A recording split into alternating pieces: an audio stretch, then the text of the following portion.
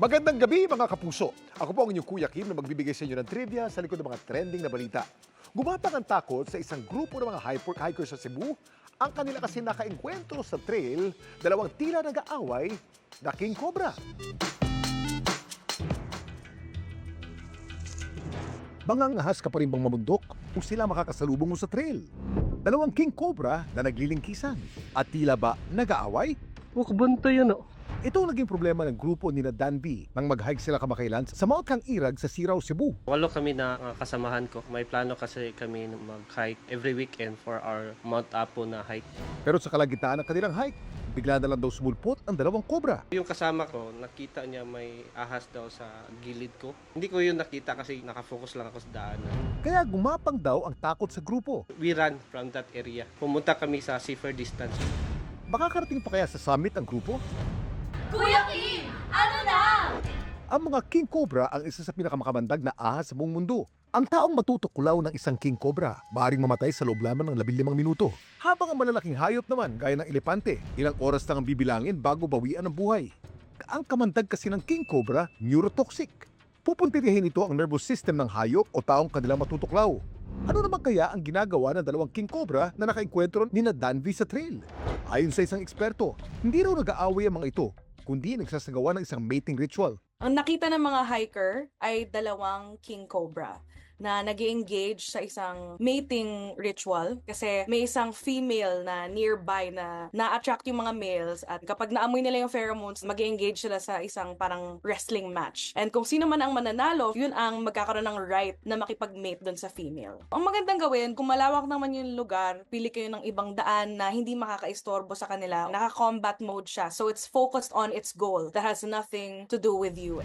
Ang dalawang king cobra naman, matapos na maglingkisan, agad na nagpulasan. Katapos nang lumayo yung isang cobra, we continue our trail. But along the way, may ibang hikers na papunta doon. Sinabihan namin sila nga be alert kasi may nakita kaming ahas. Pero alam niyo ba na ang king cobra, hindi lang pinakamabagsik sa lahat mga venomous snake, sila rin ang pinakamahaba. Ang mga king cobra ang tinuturing na pinakamahabang venomous snake sa Animal Kingdom. Ang isang adult na king cobra gaya nito, maaaring humaba mula 10 hanggang 12 feet. At kapag naman sila'y tumayo, maaari raw maka-eye to eye ang isang tao may average na tangkad. Tiyak marami sa atin, mapapapikit na lang sa takot. Samantala, para malaman ang trivia sa likod ng viral na balita, i-post o i-comment lang, #Kuya Kim, ano na? Laging tandaan, kimportante ang may alam. Ako po si Kuya Kim at sagot ko kayo 24 oras. Abot hanggang buwan ang galak ng isang private firm sa Amerika. Nitong weekend kasi, matagumpay na nakarating sa buwan ang kanilang spacecraft. Ano kaya ang misyon nito sa moon? Kuya Kim, ano na? Suntok sa buwan para sa maraming pribadong aerospace firms ang makarating sa ating kapitbahay sa kalawakan. Ang moon o buwan, pero hindi para sa Firefly Aerospace na nakabase sa Texas, Amerika. Nitong March 2 lang kasi, ang nilaunch silang Blue Ghost spacecraft matagumpay na nag-touchdown sa buwan. Ang four-legged Blue Ghost, kasing laki lang ng isang compact na sasakyan, nagland malapit sa isang ancient volcanic vent sa Mare Crisium. May dala-dala itong drill, vacuum, at iba pang experiment para pag-aralan ang nasabing celestial body. Ang Blue Ghost, may nakuhanan na rin itong mga litrato, kabilang na makapigil hiningang sunrise sa buwan. Dahil sa milestone na ito, ang Firefly Aerospace ngayon, ang ikalawang private firm na nakarating sa buwan. Eh sino kaya ang nauna? Kuya Kim, ano na? Alam niyo ba na ang lunar exploration nagsimula noong dekada 50? Noong 1959, ang Luna 1 ng USSR ang pinakaunang spacecraft na nakarating sa vicinity ng buwan. Noong 1966 naman, nang maitala ng Lunar Line ang pinakaunang soft landing dito. Naging makasaysayan naman ang Apollo 11 ng Amerika nang ma-achieve dito ang first human landing sa buwan noong 1969. Ang mga naturang lunar exploration na ito, pinondohan ng kanilang gobyerno. Kung lunar exploration ng isang private firm ang pag-uusapan, ang Houston-based na Intuitive Machines ang pinakaunang nakarating sa buwan. Ang kanila kasing Odysseus lander, matagumpay na nag-touchdown ito lang nakaraang taon. Laging tandaan, kimportante ang may alam.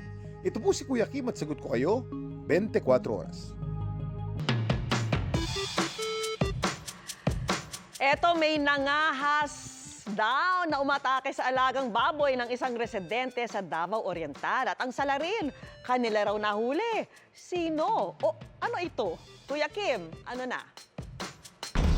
Gumabang ang takot sa mga residente ng Barangay San Jose sa Caraga, Davao Oriental. May umaaligid daw kasi sa kanilang lugar. Puntirya ang kanilang mga alagang manok. Daghan ang mga manok diri nga wala. At ang tirador ng kanilang mga alaga, hindi tao, kundi isang sawa. Na ako'y makita sa mga kilid-kilid nga gagmay nga bitin. Tapos karon wa ko kabalo di ay nga naa pa pinakadagko pa nga bitin. Hanggang nitong nakaraang linggo, nagulat na lang ang residenteng si Ferdinand na maging ang kanyang alagang baboy, inatake na rin daw. Punta ko sa kulungan sa baboy, akala ko ninakaw yung baboy ko, tapos linagyan ang sako sa kuan, kay brown nga sako ba. Doon ako sa likod, tiningnan. Pagtanong sawa, balik ko sa aming balay. Pero sa pagkakataong ito, ang sawa, kanilang nahuli. Sa laki kasi ng nilunok nitong baboy, lubobo ang katawan nito at nahirapang gumalaw. Kaya hindi na raw nitong nagawang umiskapo sa pinasok na kulungan. Nagulat lang ako na ang yung baboy kinain na. Malungkot sir kasi wala na akong pakainin. Maliligtas pa kaya ni Ferdinand ng kanyang alaga?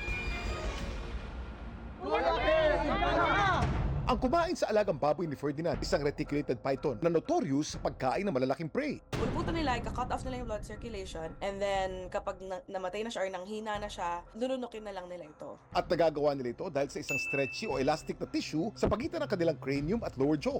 That enables them to stretch their mouths to consume prey that's much larger than their heads.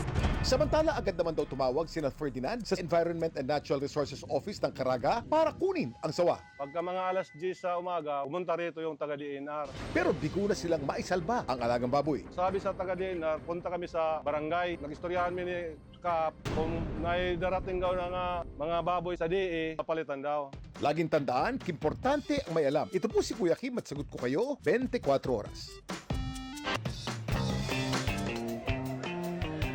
Umagos sa mga ngiti kamakailan sa Cebu, Ocean Park nang sa mga bisita, may nakipagkulitan. Hindi ito mga isda, kundi isang merman. Opo, yung lalaking bersyon ng mermaid o sirena. Meet John Clark, aka Merman Clark, ang guardian of the ocean. Si Clark kabilang daw sa isang grupo ng mga professional mermaid na nagtatanghal sa mga event. Ang kanyang nag-viral na video, kuha raw nung dumayo sila kamakailan sa Cebu. 2 days kami dun sa Cebu Ocean Park to showcase our skills, creativity, and artistry underwater. Si Clark, empleyado ng isang technology company.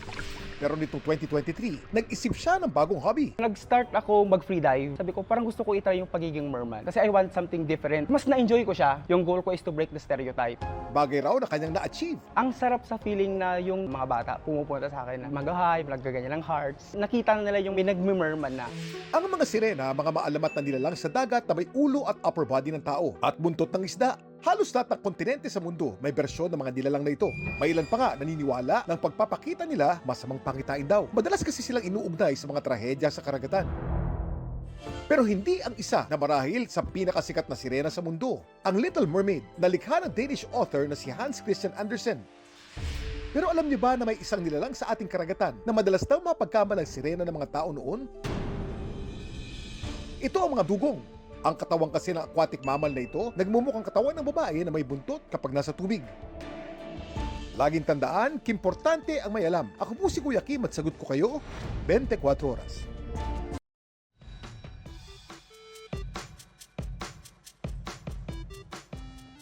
Sa tulong ng teknolohiya, misyon ng ilang eksperto ang pagbuhay sa extinct ng ninuno ng mga elepante ang woolly mammoth.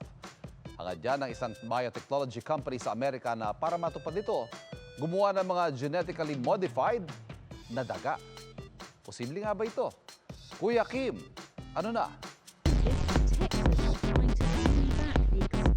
Ang dagang ito, cute na cute at napaka-fluffy. Pero alam niyo bang hindi lang sila simpleng daga? Ang kanilang balahibo di hamak na mas mahaba. Sila kasi mga genetically modified laboratory mice. Ginawa ng isang biotechnology company sa Amerika sa pag-asang ma-de-extinct ang isang hayop na nabuhay sa ating planeta libu-libong taon lang nakakaraan, ang mga woolly mammoth.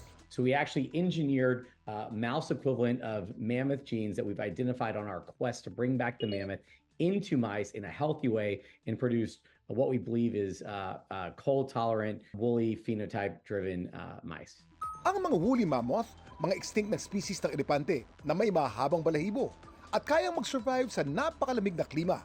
sa pamamagitan ng genetic modification o pag-edit ng genes upang makopya ang mga katangian ng isang hayop, ang mga woolly mice nagkaroon daw ng mammoth-inspired traits, gaya na nga lang ng kanilang woolly coat o balahibo. Pero posible nga bang madi-extinct o mabuhay ulit ang isang hayop sa pamamagitan ng genetic modification? Ang eksperimentong ito layon lang na makopya sa mga daga ang katangian ng mga mammoth. We birthed 38 mice and they were all edited and happy and healthy, and there weren't any unintended consequences besides the fact that they were massively adorable. Pero para buhayin ang mga naglalaki ang mammoth, ay hindi pa posible sa ngayon. Laging tandaan, importante ang may alam. Ito po si Kuya Kim at sagot ko kayo, 24 oras.